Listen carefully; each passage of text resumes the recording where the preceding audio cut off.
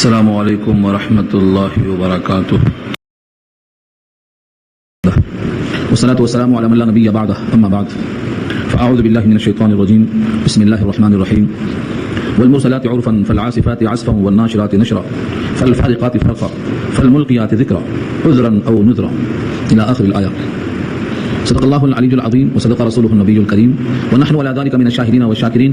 اللهم الهمنا رشدنا واعذنا من شرور انفسنا. اللهم وفقنا لما تحب وترضى من القول والفعل والنیہ. رب اشرح لي صدری ويسر لي امری واحلل عقدۃ من لسانی یفقهوا قولی. آمین یا رب العالمین. محترم حضرات، معزز سامعین، ملی بھائیوں، بزرگوں اور دوستوں، آج کی گفتگو کا عنوان ہے سورہ مرسلات، اور یہ سورت مکی ہے، 50 آیتوں پر مشتمل ہے. اس میں کل 2 رکوع ہیں، اور یہ نازل ہوئی ہے مینا کے میدان میں. قریب میں ایک غار ہے، اس غار کا نام آج بھی غار مرسلات کہا جاتا ہے. اس غار میں نازل ہوئی ہے. بخاری میں روایت ہے، حضرت عبداللہ بن مسعود رضی اللہ تعالی عنہ فرماتے ہیں کہ میں نبی صلی اللہ علیہ وسلم کے ساتھ اس غار میں تھا، اور لکھا ہے بادشاہین نے کہ یہ ان راتوں میں سے ایک رات ہے جن میں آپ جنوں کی طرف دعوت دینے کے وقت تشریف لے گئے تھے. تقریباً 6 موقع ہے جس میں آپ نے دعوت دی ہے جنوں کو. ان 6 میں سے کوئی ایک موقع یہ ہے کہ آپ کے ساتھ عبداللہ بن مسعود رضی اللہ عنہ اس غار کے اندر موجود ہیں، اور اس غار میں نبی صلی اللہ علیہ وسلم پر یہ صورت نازل ہوئی، اور آپ ایک ایک لفظ کو پڑھ رہے ہیں، اور آپ کی زبان سے یہ الفاظ ادا ہوتے ہوئے پوری فضا میں گونج رہے ہیں. عبداللہ بن مسعود فرماتے ہیں کہ نبی کے اس قرآن کریم کو پڑھنے کی وجہ سے آپ کی زبان تربتر تھی، اور پڑھنے والے کو جب مزہ آتا ہے تو کس طرح سے طبیعت میں ایک قسم کی بشاشت ہوتی، انشراح ہوتا، یہ کیفیت آ رہی تھی. اور میں ایک ایک حرف کو نبی صلی اللہ علیہ وسلم کی زبان سے لے رہا تھا اور سن کے یاد کر رہا تھا. اتنے میں ایک سانپ نکلا اسی غار میں. نبی صلی اللہ علیہ وسلم نے فرمایا کہ اس سانپ کو قتل کر دو، کیونکہ حضور کا پہلے سے بھی حکم موجود ہے، اقتلوا الموذی قبل الایذاء، ایذا پہنچانے سے پہلے ہی موذی کو قتل کرنا چاہیے. اور ان 5 میں سے پہلا نمبر سانپ ہی کا ہے. 5 موذی ہیں جن کو وقت سے پہلے مار دینا چاہیے، ان میں سے پہلا نمبر سانپ کا ہے. الحیہ، العقرب، اور آپ کا گرگٹ، چڑیا، اور ان کے ساتھ جتنے بھی اس قسم کے جانور ہیں جن سے کبھی بھی خطرہ پیدا ہو سکتا ہے. یہ ضمنی بات آ گئی. نبی صلی اللہ علیہ وسلم نے قتل کا حکم دیا تو دوڑے مارنے کے لیے، لیکن وہ یہ جا نکل گیا. آپ نے فرمایا تمہارے شر سے وہ بچ گیا جس طرح تم اس کے شر سے بچ گئے. شر اس واسطے کہا کہ اس کے حق میں شر ثابت ہوتا ہے اس کا مارا جانا، تو انسان کے لیے وہ دشمن ہے، اس لیے وہ بھی اپنے دشمن کے شر سے بچ گیا. یہ صورت اس موقع پر نازل ہوئی. کفار مکہ کو اس صورت میں پیغام دیا گیا ہے کہ جس طرح پچھلے لوگوں پر، یعنی امت محمدیہ سے پہلے انکار کرنے والوں پر اللہ کا عذاب آیا، اگر تم نے بھی اللہ کے حکم کو نہ مانا تو تم پر بھی ایسا عذاب آئے گا. اللہ تعالیٰ نے اپنی قدرت کو ظاہر کرنے کے لیے جن کو شک ہوتا ہے کہ مرنے کے بعد دوبارہ زندہ کیسا کیا جائے گا، ان کے لیے 5 چیزوں کی قسم کھایا. چیزیں تو 5 نہیں ہیں، صفتیں 5 ہیں. وہ 5 صفتیں یہاں موجود ہیں. صفت کو یوں سمجھو کہ ایک آدمی کی 5 صفت بھی ہو سکتی ہے، اور یہ 5 صفتیں ایک ہی شے کی ہیں یا 2 شے کی ہیں یا الگ الگ اشیاء کی ہیں. اللہ تعالیٰ نے اپنی حکمت اور مصلحت سے موصوف کا نام نہیں بتایا، صفات کا تذکرہ کر دیا. یعنی نہ ان کا ذکر نہیں کیا یہ کس کا ایڈجیکٹو ہے، کس کی صفات ہیں، نہیں بتایا. اسی واسطے مفسرین کے 3 اقوال ملتے ہیں. یہ 5 چیزیں ہواؤں کی صفت ہے، یہ 5 صفتیں فرشتوں کی صفت ہے، یہ 5 صفتیں انبیاء کی صفت ہے. یہ 3 قول بیان کیے گئے ہیں. لیکن علامہ ابن کثیر نے لکھا ہے کہ ان 5 کو کسی ایک کی صفت بتانے میں، وضاحت کرنے میں تکلف ہوتا ہے، کیونکہ شروع کی 3 چیزیں صفت ہواؤں کی بن سکتی ہیں، اور آخر کی 2 صفتیں فرشتوں کی صفت بن سکتی ہیں. اب فرشتوں کی صفات کو کھینچ کے لے جائیں گے ہواؤں پر تو کھینچتان کرنا پڑے گا، اور اگر جو ہواؤں کی صفات ہیں فرشتوں پر لے جائیں گے تو کھینچتان کرنا پڑے گا. اس لیے بہتر توجیہ یہ ہے کہ اللہ نے موصوف کا ذکر نہیں کیا ہے، تو جو صفت جس کے لیے زیادہ چشمہ ہوتی ہے اس کو لگایا جائے. تو شروع کی 3 آیتوں میں ہواؤں کی صفت، اس کے بعد کی 2 صفتیں یہ فرشتوں کی صفت. یہ ابن کثیر کا فیصلہ ہے جو بہتر ہے. اب لفظوں کے ساتھ دیکھیں. والمرسلات عرفا، والمرسلات، یہ پہلا واو ہے، یہ قسم کے معنی میں، اور بارہا سنتے آئے ہیں کہ شروع میں سورتوں کے جو واو آتا ہے وہ قسم کے معنی میں آتا ہے. والمرسلات، واو قسم کے معنی میں، بچا مرسلات. آخر میں جو الف ہے یہ جمع کے لیے ہے تو بچا مرسلاتن. اور مرسلاتن کا مطلب کیا ہے؟ ارسال، بھیجنا. رسول بنا اسی سے، جس کو بھیجا گیا. رسول کرنے کی وجہ کیا ہے؟ ان کو بھیجا گیا. تو مرسلہ کے معنی جس کو بھیجا، مرسلات اس کی جمع ہے. کیسا بھیجا؟ عرفن. عرف کے معنی کئی آتے ہیں. عرف کے معنی عربی میں معروف بھی آتے ہیں، اور آہستہ آہستہ کسی چیز کا ایک بعد دیگرے مسلسل آتے رہنا، اس کو بھی عرف کہا جاتا ہے. یہ ہوائیں ایک بعد دیگرے آتی رہتی ہیں، ایک جھونکا آیا پھر ایک جھونکا آیا، مسلسل ہوائیں آتی رہتی ہیں تو ان کو عرفن کہا، یعنی متتابعہ، مسلسل آتے رہنا. تو ترجمہ کیا ہوگا؟ قسم ہے ان ہواؤں کی جو نفع پہنچانے کے لیے بھیجی جاتی ہیں. نفع پہنچانا کہاں سے آیا؟ کیونکہ عرفن سے مراد ہے آہستہ آہستہ پے بپے مسلسل چلتے رہنا، اور یہ ہوائیں انسان کے نفع کے واسطے بھیجی گئی ہیں. یہ دیگر مقامات سے ثابت ہو چکا ہے. اسی لیے معلوم ہوا کہ ان ہواؤں کی قسم ہے جو نفع کے واسطے بھیجی گئی ہیں. اصل میں یہ تمہید ہے. تمہید کس بات کی ہے؟ آخرت میں تم کو زندہ ہونا ہے. یہ ثابت کرنے کے لیے یوم آخرت ماننا پڑے گا، اور یوم آخرت ثابت کرنے کے لیے اٹھائے جانے کی قدرت دکھانا پڑے گا، اور اس کے ثبوت کے لیے یہ جو وحی آئی ہے، فرشتے لے کے آئے ہیں، اس فرشتے کی وحی لانے کو ماننا پڑے گا. اور اتنی لطیف شے نظر نہیں آتی تو ہواؤں کو تشبیہ دے کے لانا پڑتا کہ تم کو ہوائیں تو نظر نہیں آتی مگر اس کی خنکی محسوس ہوتی ہے. تو نظر نہ آنے کے باوجود اس کا وجود ہے. ہوا کو دیکھا نہیں جا سکتا لیکن محسوس کیا جا سکتا. ٹھیک ایسے ہی قریب تر مثال یہ ہے کہ جو فرشتے اللہ کا پیغام لے کے آتے ہیں وہی وہ نظر تو نہیں آتے، لیکن پیغام کا جو چیلنجنگ انداز ہے اسے تم کو مانا جائے گا کہ یہ پیغام جو اللہ نے بھیجا ہے فرشتوں کے ذریعے سے، یہ کسی انسان کا نہیں ہو سکتا ہے. تو نظر نہ آنے کے باوجود منوانے کے لیے پیش کیا گیا ہے. والمرسلات عرفا، قسم ہے ان ہواؤں کی جو نفع پہنچانے کے لیے بھیجی جاتی ہے. ہواؤں کی دو قسمیں اور ہیں. ایک تو وہ ہوا ہے جو بارش کے پہلے اپنی بشارت لے کے آتی ہے, آ رہی ہے ٹھنڈی ہوا, آ رہا ہے سرور, آ رہی ہے راحت, طبیعت میں سرور انبساط. لیکن کبھی کبھی ہوائیں تیز آتی ہیں, اور جب تیز آتی ہیں تو درخت اکھڑ جاتے ہیں, گھر گر جاتے ہیں, اور نہ جانے کیا کیا انقلاب پیدا ہو جاتا. ایسی تیز ہواؤں کو آصف کہا جاتا ہے. آصف, اس کی جمع آصفات آئی ہے, یہاں اسی کا نمبر ہے. فالعاصفات, پس تیز ہواؤں کی قسم. عصفن, جو تند یعنی تیزی کی وجہ سے اللہ تعالیٰ کے قدرت کی غمازی کرتی ہیں کہ ان ہواؤں کو جو اتنی لطیف ہیں لیکن اتنی قوت والی طاقت والی ہیں کہ بڑے سے بڑے گھر کو, بڑے سے بڑے درخت کو, اور نہ جانے کن کن چیزوں کو یہاں سے اٹھا کر پھینک دیتی ہے. قدرت کا اظہار. تو قسم ہے ان ہواؤں کی جو تند سی چلتی ہے, جس سے خطرہ کا احتمال پیدا ہوتا ہے. تو آصفات تیز ہوائیں, اور عرفاً نرم نرم پے در پہ ہوائیں چلنے والی. دو قسمیں ہو گئیں. تیسری قسم کیا ہے؟ وہ ناشرات نشرا. نشر کے معنی آتے ہیں پھیلانا, اردو میں کہتے ہیں شعبہ نشر و اشاعت. نشر معنی پھیلانا. تو نشر کہتے ہیں ان ہواؤں کو جو بادلوں کو اٹھا کر پھیلا دیتی ہے, بادلوں کو اٹھا کر پھیلا دیتی ہے.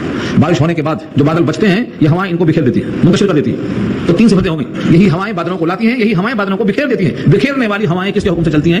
تیزی ہواؤں میں کس کے حکم سے آتی ہے؟ لطافت اور نرمی کس کے حکم سے چلتی ہے؟ یہ تینوں چیزیں ثابت کرتی ہیں کہ وہ اللہ جو قادر مطلق ہے ان ہواؤں سے کام لیتا ہے. اسی کے حکم سے فرشتے بھی آتے ہیں. تم کو یہ بھی نظر نہیں آتے لیکن محسوس ہوتے ہیں. غور و فکر کرنے کے بعد فرشتوں کی قدرت محسوس ہوتی ہے. فالفارقات فرقا, فارقات فرق اردو میں استعمال ہے. یہاں سے شارحین کہتے ہیں کہ اب جو دو صفتیں بچی ہیں یہ دو صفتیں فرشتوں کی, ہواؤں کی نہیں ہیں. ابن کثیر کی رائے ہے. علامہ ابن کثیر کہتے ہیں فالفارقات سے مراد پس فرشتے جو فرق کرنے والے ہیں. کیسے؟ ایسا کلام القا کرتے ہیں یعنی کلام الہی جو حق اور باطل میں فرق کرتا ہے. یہ ہے فالفارقات فرقا. ان ہواؤں کی جو بادلوں کو متفرق کرتی ہیں یہ تو ہو چکا. اب یہاں سے بجائے ہواؤں کی صفت بیان کرنے کے فرشتوں کی صفت آئے گی کہ وہ فرشتے جو القا کرتے ہیں اللہ کا کلام, اور وہ کلام حق و باطل میں فرق کرنے والا ہے.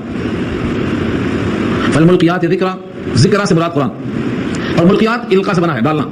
فالملقیات ذکرا, ذکر کو ڈالنے والے فرشتوں کی قسم. اور ذکر سے مراد قرآن کریم ہے. قرآن کریم کیا کرتا ہے؟ یہ اللہ تعالیٰ کی طرف سے جو فرشتہ ڈالتا ہے تو اس کے دو وصف ہوتے ہیں, ایک عذر ایک نذر. عذر اور نذرا. عذر اردو میں کہتے ہیں بھائی میں کیوں نہیں آیا, بیمار پڑ گیا تھا, یہ عذر ہے. عذر طبعی ہو یا عذر شرعی ہو, اپنے معذوری کو پیش کرنا یہ عذر ہے. اب تک جو غلطیاں ہو گئی ہیں قرآن کو سن کر بندہ اللہ کے سامنے عذر پیش کر دے کہ مجھے نہیں معلوم تھا اب کروں گا, یہ عذر ہے. اور نذر کیا ہے؟ نذیر سے بنا ہے, ڈرانے والا, جو نہیں مانے گا اس کے واسطے وارننگ ہے. کب تک سرکشی کرتے رہو گے اور کب تک بغاوت کرتے رہو گے؟ تمہاری یہ حیات پر تمہیں گھمنڈ کب تک رہے گا؟ اس کا تو زوال یقینی ہے, اور دلیل تغیر ہے. جب دیکھو تم بدل جا رہے ہو. جو کل تک تھے وہ آج نہیں ہو. جو انسان کل تک نوجوان تھا آج نوجوان نہیں ہو, ادھیڑ میں آ گیا. جو ادھیڑ تھا وہ ادھیڑ میں نہیں ہے بلکہ اس کے اندر زوال شروع ہو چکا. یہ علامات ہیں, اس تغیر کو انسان نہیں روک سکتا. تو فرمایا عذرا اور نذرا, عذر کرنے کو یا نذر. عذر مانے جن کی غلطیوں کا احساس ہو گیا وہ اللہ سے معذرت کر لیں, توبہ اللہ کر لیں. اور نذرا جو نہیں مانیں گے ان کے واسطے وارننگ ہے. تو اسی سے انبیاء کی صفت نذیر بھی آتی ہے, نذرا ڈرانے والے, نہیں ماننے پر ڈرانے والے. ان 5 قسموں کے بعد اب اصل کلام ان 5 قسموں کے کھانے کی وجہ پر شروع ہوتا ہے. اسے دیکھیں گے مطلب قسم ہے ان ہواؤں کی جو نفع پہنچانے کے لیے بھیجی جاتی ہیں. پھر ان ہواؤں کی جو تند سی چلتی ہیں, مطلب تیزی کے ساتھ چلتی ہیں, اور ان ہواؤں کی جو بادلوں کو اٹھا کر پھیلاتی ہیں, اور ان فرشتوں کی جو متفرق کر دیتے ہیں احکامات کے ذریعے سے, اور جو اللہ کا پیغام پہنچاتے ہیں جس سے بندے کو عذر اور نذر کی توفیق ہوتی ہے, یعنی اللہ کی یاد آتی ہے جس سے وہ توبہ کرتا ہے, یا اللہ سے ڈر جاتا ہے. دو شکلیں پیدا ہوتی ہیں. انما توعدون لصادق. اب یہاں سے بات ہے تم سے جو وعدہ کیا جا رہا ہے وہ سچا ہے.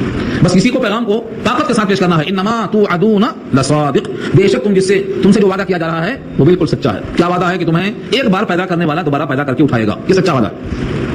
اور اسی وعدے کو منوانے کے لیے ہواؤں کی طاقت, فرشتوں کی طاقت, نظر آنے کے باوجود اور نظر نہ آنے کے باوجود منوانے کی قوت رکھا اللہ. انما توعدون لصادق. دوسرے مقام پہ آیا ہے کہ تم سے جو وعدہ کیا گیا ہے وہ صادق ہے, سچا ہونے والا ہے. یہاں لواقع فرمایا اور سورۃ طور میں لصادق فرمایا, دونوں باتیں کی. واقع ہونے والا ہے اور یہ وعدہ سچا ہے. انما توعدون لواقع, جو تم سے وعدہ ہوا وہ واقع ہونے والا ہے. واقع مانے ہو پڑنا, حقیقت میں اس کا وجود ہونے والا ہے. اب جب وہ وعدہ پورا ہوگا تو تغیر کیسا ہوگا, کس قسم کا تغیر ہوگا؟ پہلا تغیر ہوگا فاذا النجوم طمست. نجوم نجم کی جمع ہے, تاروں کو بولتے ہیں نجم. نجم کے معنی تارے, اور جمع اس کی نجوم. اور طمست طمس کے معنی آتے ہیں بے نور کر دینا. اصل میں طمس کے لفظی معنی آتے ہیں جس طرح انسان کے پچھلے حصے میں گدی سپاٹ ہے ایسے چہرے کو تماس سپاٹ کر دینا. آنکھ کا گڑھا نہ جانا, ناک کا ابھرا ہوا حصہ نہیں رہنا, جیسا گدی سپاٹ ہے ایسے سامنے کے حصے کو بھی سپاٹ کر دینا. یہ طمس کہلاتا ہے. یہاں مراد ہے کہ جو ان کی روشنی ہے جس سے ابھرا ہوا حصہ نظر آتا ہے وہ سب سپاٹ ہو جائے. مطلب یہ ہے کہ تارے بے نور ہو جائیں. سارا عالم بے نور ہو جائے گا جب فرشتے ان کی روشنی چھین لیں گے تو تارے بے نور ہو جائیں گے. وَإِذَا السَّمَاءُ فُرِجَتْ, اور جب آسمان میں کشادگی آ جائے. فرجا فرجن کے معنی آتے ہیں کسی بھی شے میں دراڑ پیدا ہو جانا, کسی بھی شے میں پھٹن پیدا ہو جانا, کسی بھی چیز میں گنجائش پیدا ہو جانا, اس کو فرج کہتے ہیں. اللہ نے فرمایا کہ وہ آسمان جس میں آج تمہارے واسطے کوئی دراڑ نظر نہیں آتی, شگاف. آسمان میں شگاف نہیں ہے. ما لها من فروج, سورہ قاف میں کہا اس میں کوئی دراڑ نہیں, کوئی شقاق نہیں, کوئی پھٹن نہیں. لیکن جب وہ دن آئے گا تو آسمان پلٹ جائے گا, شگاف پڑ جائے گی, پھٹ جائے گا. یہ وعدہ اللہ کا. وَإِذَا السَّمَاءُ فُرِجَتْ, اور جب آسمان پھٹ جائے گا. اوپر کا ہوا حال, نیچے زمین رکی ہے ایک پہاڑ کے وزن سے. زمین پانی پر ہے, اس کو ہلتے رہنا چاہیے, متحرک ہونا چاہیے. جس طرح کشتی پانی پہ ہلتی رہتی ہے یہ زمین کو نہیں ہلتی, اس لیے کہ اللہ نے اس زمین کو متحرک ہونے سے, ارتعاش اور کپکپی سے بچانے کے لیے پہاڑوں کا وزن ڈال دیا جس کو میخ کہا. میخ ٹھوک دینا, کوئی چیز ہلتی ہے تو آپ کیلا مار دیتے ہیں، اب ہلتی نہیں۔ اللہ نے فرمایا کہ یہ پہاڑ جو زمین میں ٹھوکے گئے ہیں، یہ پہاڑ زمین سے نکل کر روئی کے گالوں کی طرح اڑتے پھرتے نظر آئیں گے۔ وَإِذَا الْجِبَالُ، اور جب پہاڑ نُصِفَتْ اڑتے پھریں گے، جب زمین پر پہاڑ نہیں ہوں گے بلکہ روئی کے گالوں کی طرح اڑتے پھرتے نظر آئیں گے تو زمین کی کبھی کو کون روکنے والا ہوگا؟ زمین کب کپائے گی، تھر تھرائے گی، ارتعاش پیدا ہوگا۔ آپ دیکھتے ہیں کہ 1 منٹ کا زلزلہ آیا تو پورا شہر کا غبارہ ہو جاتا، اور زمین پر پہاڑ ختم کرنے کا مطلب زلزلہ یہ ہے جس کا ذکر سورہ حج کے شروع میں آ چکا ہے۔ وَإِذَا الرُّسُلُ أُقِّتَتْ، اور جب رسولوں کو حاضر کیا جائے گا۔ وَإِذَا، اور جب، رسول واحد ہے، جمع اس کی رسل ہے، جب تمام رسول، ایک نہیں دو نہیں، آدم سے لے کر سید الانبیاء تک جتنے رسول ہیں ان کی جمع کیا ہے؟ رسل، واو کے بغیر سین پر پیش کے ساتھ۔ وَإِذَا الرُّسُلُ، اور جب تمام رسول اُقِّتَتْ، حاضر کیے جائیں گے، جمع کیے جائیں گے۔ اصل میں اُقِّتَتْ یہ بنا ہے توقید سے، اور توقید بنا ہے وقت معین سے۔ جب کسی وقت کی تعین کی جاتی ہے تو اس کو موقت کہا جاتا ہے۔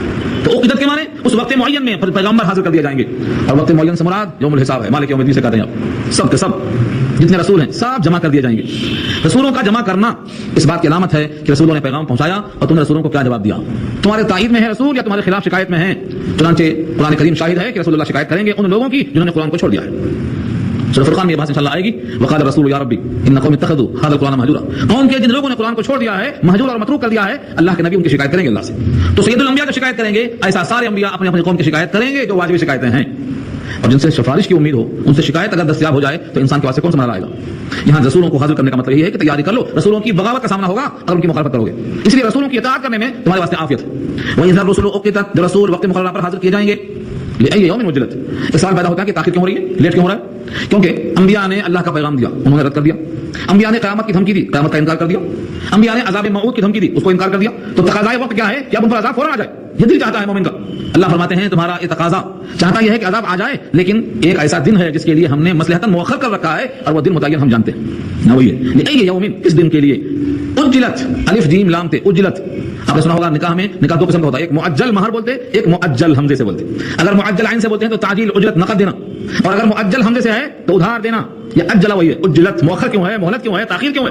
لأي يوم اجلت، وہ دن کون سا ہے اور اس دن کے آنے میں اتنی تاخیر کیوں ہے، کیا وجہ ہے؟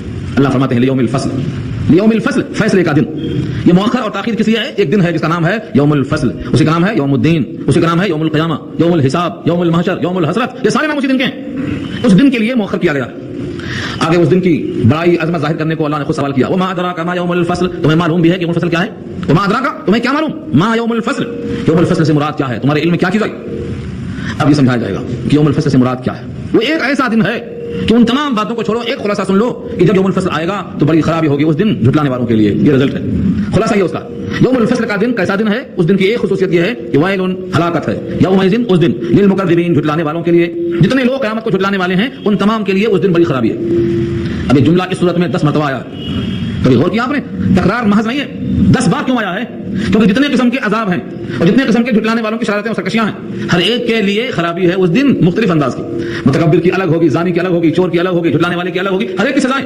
تو ان کا تذکرہ کر کے ان کے واسطے کہا گیا ہے بڑی خرابی ہے اس دن جھٹلانے والوں کی، ان کی سزاؤں کا تذکرہ کیا گیا۔ اب ایک اشکال پیدا ہو سکتا ہے کہ اتنی خرابی اتنے انسانوں کے لیے قدرت چاہتی ہے، قدرت تقاضا ہے اتنے بڑے لوگوں کو سزا دینا، طاقت چاہیے، قدرت چاہیے۔ کیا دعویٰ کرنے والے میں یہ قدرت ہے؟ اللہ تعالیٰ نے اسی کو ظاہر کرنے کے واسطے فرمایا، الم نہلک الاولین، کیا ہم نے پہلوں کو ہلاک کر کے نہیں دکھایا؟ الم آ کے معنی کیا، اور لم نہلک، ہلاک نہیں کر دیا ہم نے، الاولین، پہلوں کو، یعنی آدم سے لے کر سید الانبیاء تک جتنے قوموں کو عذاب دیا گیا ہے، کیا تم نے دیکھا نہیں کہ ہم نے ہلاک کر کے دکھا دیا؟ جو اللہ ان قوموں کو عذاب دینے پر قادر ہے وہ بقیہ اور کو عذاب دینے پر قادر کیوں نہیں ہے؟ یہ سوال کیا، الم نہلک الاولین، کیا ہم نے پہلوں کو ہلاک نہیں کر دیا؟ ثم، پھر، نتبعهم الاخرین، پیچھے لائیں گے ہم ان کو دوسرے لوگوں کے، نتبعهم، پھر پچھلوں کو بھی ہم لائیں گے عذاب میں ان پہلوں کے ساتھ ساتھ۔ اب یہ دوسرے آخرین سے مراد کون ہے؟ ثم، پھر، نتبعهم، ان کے پیچھے لائیں گے، الاخرین، دوسروں کو، پچھلوں کو، بعد والوں کو۔ اس کے دو مطلب بیان کیے چاہیے، ایک تو نبی صلی اللہ علیہ وسلم سے پہلے جو بعد میں لوگ بچے تھے ان میں بھی جو منکر ہیں ان پر عذاب ہوگا، یہ آخرین سے مراد ہے۔ لیکن اکثر شارحین کہتے ہیں اس سے مراد آخرین سے محمد مصطفیٰ صلی اللہ علیہ وسلم الف الف مرۃ بعدد کل ذرۃ، آپ کی امت میں جو لوگ انکار کرنے والے ہیں وہ یہاں مراد ہے آخرین سے۔ کچھ لوگوں پر اللہ کی طرف سے عذاب آیا تھا تو عالمگیر آیا تھا، پوری قوم غرق ہو گئی، لیکن سید الانبیاء کی برکت ہے کہ پوری قوم اکٹھا ہلاک نہیں کی جائے گی، یہ وعدہ ہے اللہ کا، نبی کی برکت۔ لیکن جزوی عذاب تو آئے گا، چنانچہ ان کا بدر میں مارا جانا ان میں سے ایک عذاب ہے۔ اللہ نے کہا ہے اس بدر کی پکڑ کو سخت پکڑ تھی، بڑے بڑے سرما 70 کے 70 مارے گئے، 70 قید کیے گئے، ان کی کمائیں اٹھ گئی، ٹوٹ گئی۔ تو یہاں بتایا گیا کہ ہم ناد والوں کو بھی اسی عذاب کو ان کو چکھائیں گے، ثم، پھر، نتبعهم، پیچھے لائیں گے ان کے، الاخرین، دوسروں کو، الاخرین، دوسروں کو۔ تو دونوں کا مطلب کیا ہوا؟ الم نہلک الاولین ثم نتبعهم الاخرین، جس طرح ہم نے پہلوں کو ہلاک کر دیا ہے ایسے ہی ہم بعد والوں کو بھی ہلاک کریں گے۔ اور یہ مت سمجھو کہ قصہ اب ختم ہو گیا، یہ پہلوں کی بات ہے. کذالک، اسی طرح نفعل، آئندہ بھی ہم کریں گے بالمجرمین، مجرموں کے ساتھ. مجرم کا لفظ اردو میں استعمال ہے جرم کرنے والا، جو بھی جرم کرنے والا ہے وہ مجرم، جمع اس کی مجرمین. اور نفعل فعل مضارع ہے، آئندہ بھی ہم ایسا ہی کریں گے. مجرم کو ہم پسند نہیں کر سکتے، اور ان میں سب سے بڑا جرم ہے کفر اور شرک. اور سورہ زمر میں اللہ نے کہا ولا یرضى لعباده الكفر، ولا يرضى لعباده الكفر، اپنے بندوں سے اللہ کفر پر راضی نہیں ہو سکتے، بندوں سے اللہ کفر پر راضی نہیں ہو سکتے. اس لیے جو بھی کفر شرک کرے گا وہ ایسا ہی مجرم ہے، اور ہم ایسا ہی سلوک ان کے ساتھ آئندہ بھی کریں گے. كذلك نفعل بالمجرمین، ایسا ہی ہم کرتے رہیں گے مجرموں کے ساتھ. اب جو مجرم ہوگا اس کے واسطے کیا ہے؟ ویل یومئذ للمکذبین، ہلاکت ہے اس دن بڑی خرابی کی، جھٹلانے والوں کے لیے اس دن خرابی ہے. ویل کا لفظ بارہا آئے گا 10 مرتبہ صورت میں. تو ویل کے معنی سمجھو، جس کے معنی خرابی کہتے ہیں. اور بعض حدیث میں آتا ہے کہ ویل جہنم میں ایک کنویں کا نام ہے جس میں دوزخیوں کے پیپ اور لہو اور خون جمع ہوں گے. اس ویل کو بنایا اللہ نے کس کے لیے؟ جھٹلانے والوں کے لیے، جو قیامت کو نہیں مانتے تھے، ان کی سزا وہاں ہوگی. اب قدرت کا مشاہدہ کر لو. کیا تم کو ہم نے پیٹ میں رکھ کر تیار نہیں کیا؟ ایک حقیر قطرے سے بنایا نہیں؟ اور جب ہم ایسا کر سکتے ہیں کہ ماں کے پیٹ میں قطرے سے بنا سکتے ہیں تو قبر کے اندر ہڈی سے زندہ کرنا ہمارے واسطے کیا مشکل؟ یہ سوال کیا. الم نخلقکم من ماء مہین، الم نخلقکم، کیا ہم نے تم کو پیدا نہیں کر دیا؟ آ کے معنی کیا کوشچن ہے یہ. اور لم نخلق، نہیں پیدا کر دیا، کم معنی تم کو، من ماء، پانی سے. پانی بھی کیسا؟ اچھا پاک پانی، طاہر پانی نہیں، مہین، احانت والا پانی. تمہارے جسم کو لگ جائے، کپڑے کو لگ جائے، کسی کو لگ جائے، صفائی دھلائی کے بغیر قرار نہیں آتا. یہ ایسا پانی ہے جو مہین ہے، احانت والا ہے، توہین کیا ہوا پانی ہے. اس کو بے قدر کہا ہے، ماء بے قدر، پانی بے قدر ہے. ایسے بے قدر پانی سے تم کو ہم نے اپنی قدرت سے تمام مخلوقات میں اکرم اور افضل اور اشرف بنا دیا. جو ذلیل کو اور مہین کو اکرم بنا سکتا ہے تمہیں اس کی تخلیق پہ شک کیوں ہو رہا ہے؟ یہ سوال کیا اللہ نے. الم نخلقکم من ماء مہین، کیا ہم نے تم کو پیدا نہیں کر دیا ہے بے قدر پانی سے؟ نطفے سے پیدا کر دیا. یا شبانہ پیدا ہو کسی کو کہ نطفہ صرف مستعمل ہوا ہے، مذکر ہے، صرف مردوں کا مراد نہیں، کیونکہ دوسری آیت میں آ چکی ہے امشاج نبتلی، امشاج کے معنی ملونی، تو یہاں مرد عورت دونوں کا مراد ہے، جب اس کی وضاحت دوسری آیت میں آ چکی ہے. یہاں اشارہ یہ ہے کہ بے قدر پانی کو ہم نے تمہارا ذریعہ بنایا، بیس. تمہارا وجود کس چیز سے ہے؟ تمہارا بنیادی وجود ایک حقیر قطرہ ہے اور پانی بے قدر ہے. تمہارے اندر اتنی قوت کہاں سے آئی کہ تم نے اپنے خالق کا انکار کر دیا، اس کی قدرت کا انکار کر دیا. پھر ہم نے اس پانی کو کہاں رکھا؟ فجعلناہ فی قرار مکین، پھر ہم نے رکھا اس پانی کو فی قرار، قرار کے معنی ایک جگہ محفوظ، اور مکین کے معنی مکان جس میں رکھا جائے. مکین بنایا، کہاں بنایا ہم نے؟ ایک محفوظ مقام. مکین مکان سے بنا ہے، جو مکان میں ہوتا ہے اسے مکین کہا جاتا ہے. اس مکان کا مکین کون ہے؟ یہاں رہنے والا کون ہے؟ تو اللہ نے اس قطرے کو بنایا مکین، رہنے والا. اور قرار کے معنی ایک محفوظ مقام تک، ایک مدت مقررہ تک، ہر 40 دن میں بدلتے چلے گئے. الی قدر معلوم، یہ اس کا ترجمہ ہے. الی قدر، قدر معنی مقدار، اور معلوم معنی متعین، جانی ہوئی مقدار. ہر شخص جانتا ہے 9 مہینہ، کم زیادہ استثناء ہے، 6 مہینہ کم سے کم، 3 سال زیادہ سے زیادہ کم مقدار، لیکن متعین مقدار ہے جو اللہ کے علم ہے. اس متعین مقدار میں ہم تم کو تصرفات سے، تغیرات سے، انقلابات سے کیسا کرتے ہیں؟ فقدرنا، ہم نے اندازہ کر دیا کہ بچہ تیار ہو گیا، راستے کو آسان کر کے باہر لے جا. فنعم القادرون، ہم کتنے اچھے اندازہ کرنے والے ہیں، دیکھ لو. فنعم القادرون، ہم کتنا اچھا اندازہ کرنے والے ہیں کہ ایک حقیر قطرے کو نطفہ سے علقہ بنا، علقہ سے مضغہ بنا، کب بنا، کیسے بنا. ہمارا اندازہ بھی دیکھو کہ ایک ایک عضو کو ہمیں سنوارا ہے، صورت گری کی ہے، نقشہ گری کی ہے، نشانات تک نہیں فراموش ہوئے ہیں، بال اور ناخن فراموش نہیں ہوئے ہیں. فنعم القادرون، ہم کتنا عمدہ ہیں اندازہ کرانے والے. اب اس کے باوجود کوئی اگر انکار کرتا ہے ویل یومئذ للمکذبین، تو بڑی خرابی ہوتی ہے جھٹلانے والوں کی. اللہ کی قدرت کا شاہکار، جو زمین پر آپ بیٹھے ہیں، اس زمین پر مردہ اور زندہ دونوں کے لیے ہم نے انتظام کر دیا ہے. اگر زمین کے اندر مردے نہ جاتے تو اوپر جو زندہ ہے یہ مردوں سے بدتر ہو جاتے. ہم نے زمین کو کافی بنا دیا، مردوں کے لیے بھی، زندوں کے لیے بھی. زندہ رہے تو پیٹ پر اور مر گئے تو زمین کی پیٹ میں، اور دونوں کو کافی. زمین سمیٹنے والی ہے، کفاتہ کا لفظ آ رہا ہے، اور کفاتہ کفایت کرنے والا، کافی ہو جانا، زندے کو بھی مردے کو بھی. ساری کائنات کے مردے اس زمین میں کھپ گئے. اگر زمین اندر نہ قبول کر لیتی اور یہ پورے مردے اب تک باہر ہوتے تو ہمارا کیا حال ہوتا؟ پہلے سے رہنے کی جگہ مشکل ہے. کیوں مشکل ہے؟ کیونکہ ہم نے حرص کی وجہ سے دوسروں کو رہنے کا موقع نہیں دیا. ورنہ اللہ کی زمین میں کشادگی ہے. اللہ خود فرماتے ہیں ارض اللہ واسعۃ فتہاجروا فیہا، تنگی یہاں ہے تو کہیں اور نکلو، زمین بڑی کشادہ ہے. اللہ کی زمین تنگ نہیں ہے، تنگی ہم نے پیدا کر لی ہے اپنے حرص اور حبس کی وجہ سے.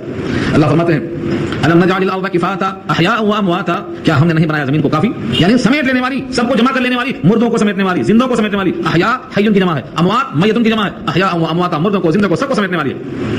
وجعلنا فيها رواسي شامخات واسقيناكم ماء فراتا، اور بنایا ہم نے اس زمین میں رواسی، بوجھ. راسیتن کی جمع ہے، رواسی بوجھ. میں نے بھی ذکر کیا زمین پر پہاڑ بوجھ ہیں تاکہ متحرک ہونے سے روکیں، تو یہ رواسیہ ہے بوجھ. اور شامخات، شامخاتن کے معنی اونچے پہاڑ، ہمالیہ کی طرح اونچے. یہ بڑے بڑے پہاڑ کو زمین برداشت کر رہی ہے. اس زمین کی قوت برداشت دیکھو، اور اس کے پیدا کرنے والے خالق کی قدرت کا اندازہ کرو کہ ایسی زمین بنایا ہے اور اس میں بوجھ رکھا ہے پہاڑوں کے، اور وہ پہاڑ بھی بڑے اونچے اونچے بنائے. واسقيناكم، اور تم کو ہم نے پلایا ماء فراتا، میٹھا پانی.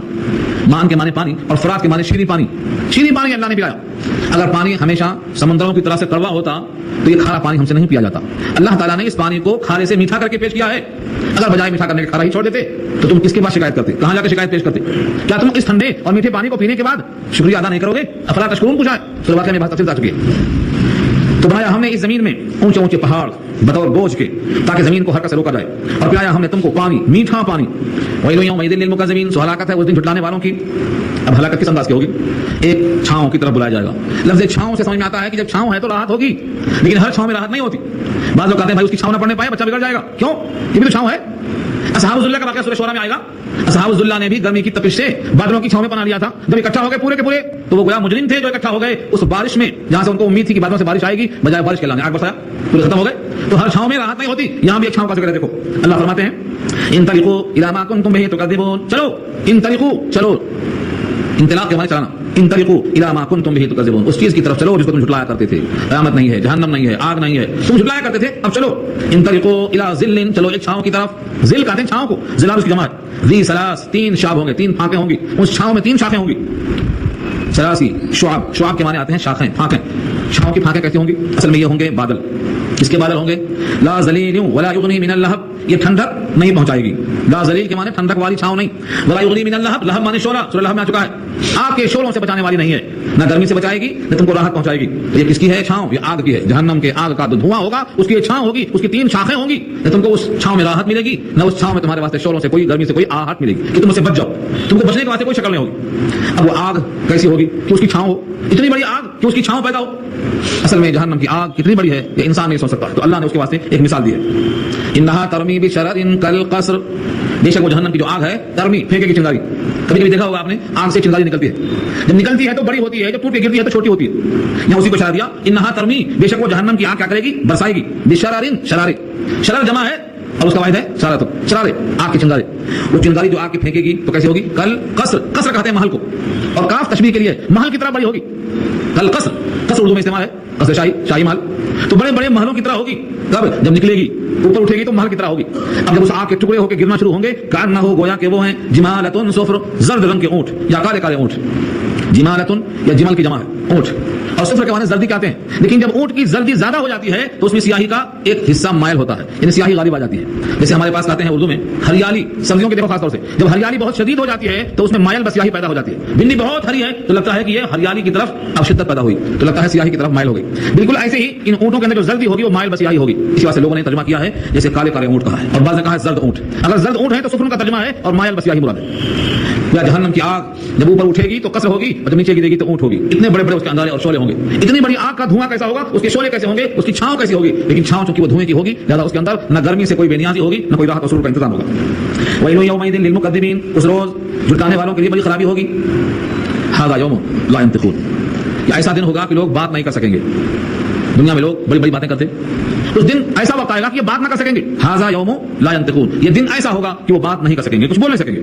دوسری آیتوں میں یہ ہے کہ وہ بولیں گے اور جھوٹ بولیں گے، اور دوسری آیتوں میں یہ بھی ہے کہ کہیں گے اے ہمارے رب ہم مشرک نہیں تھے۔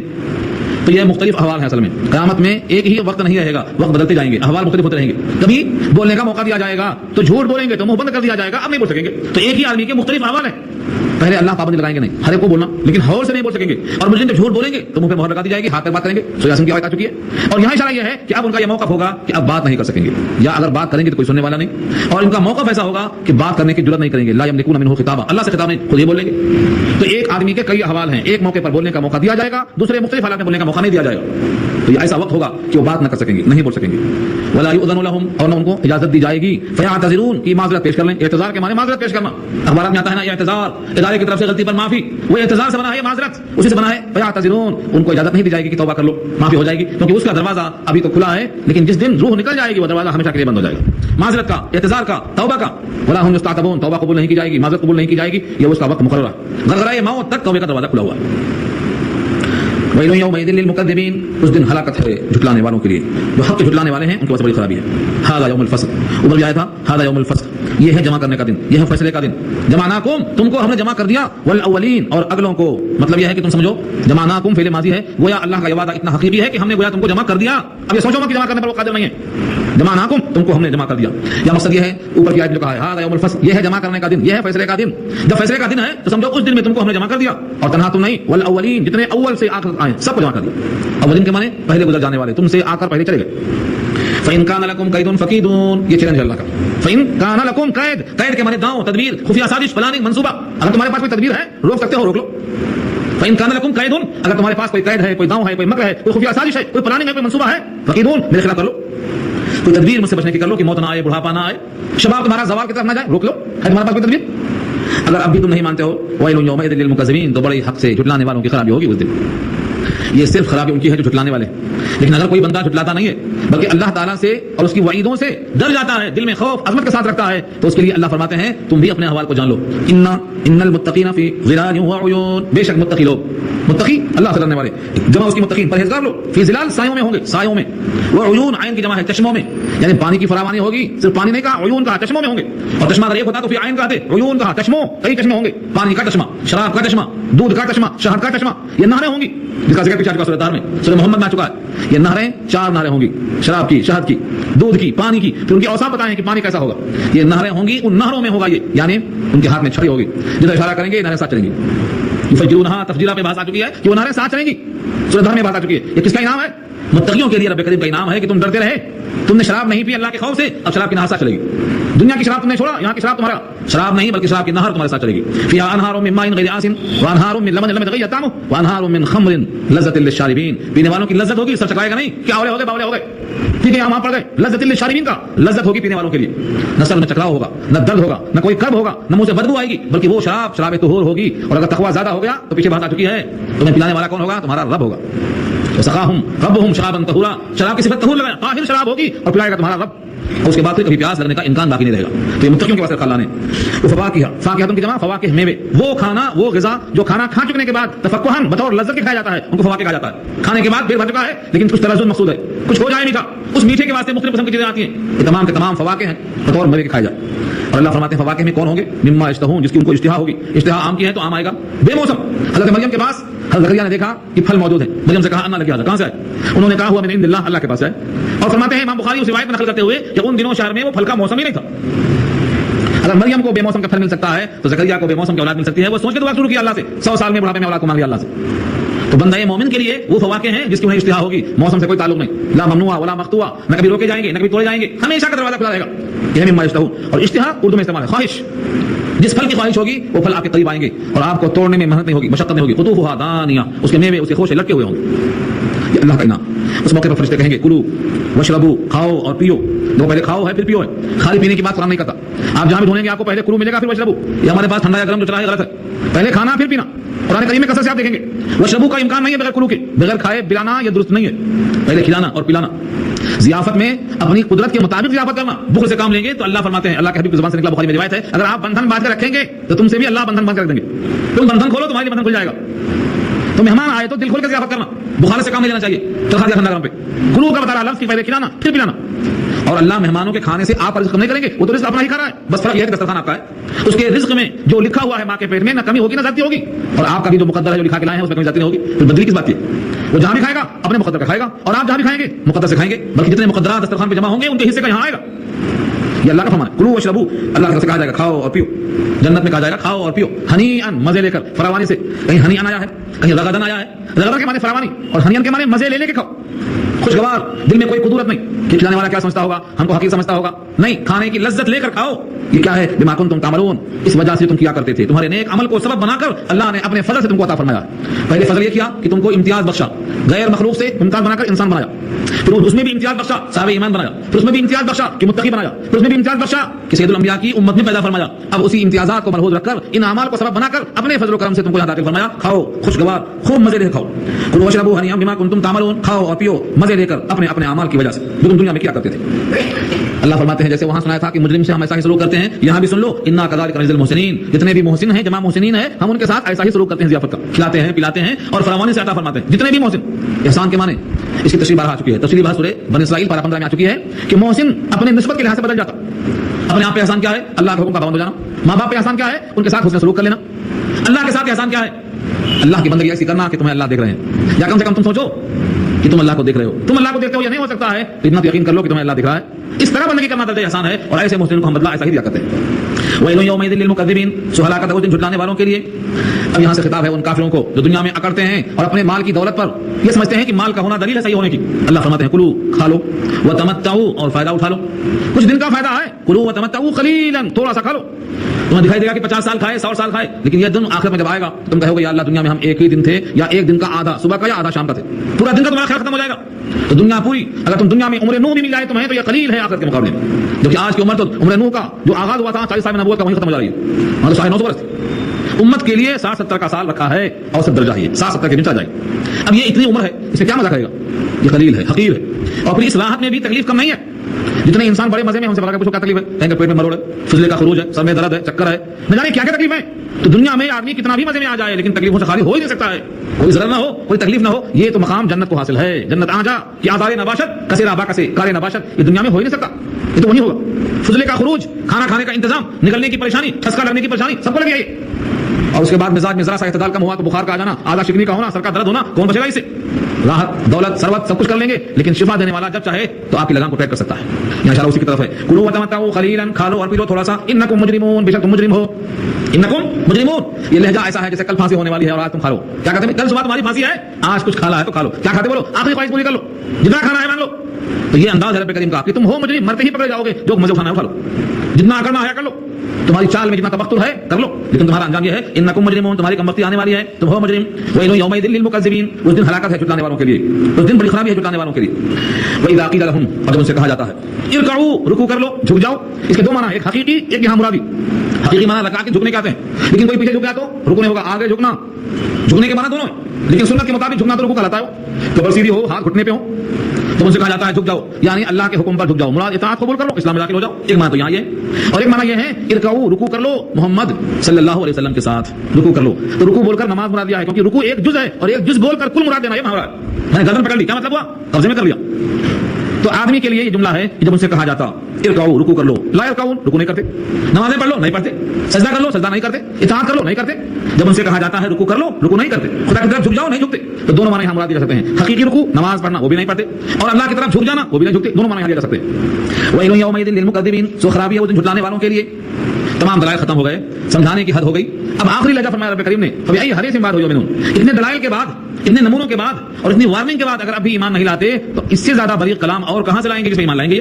فبأي حدیث، اب کون سی بات باقی ہے؟ قرآن کے بلیغ الفاظ، قرآن کریم کے اس انذار کے بعد اب کس بات پر وہ ایمان لائیں گے؟ سوال ہے. فبأي حدیث، اب کون سی بات ہے بعدہ، اس کے بعد، یعنی قرآن کے بعد یؤمنون، جس پر وہ ایمان لائیں گے.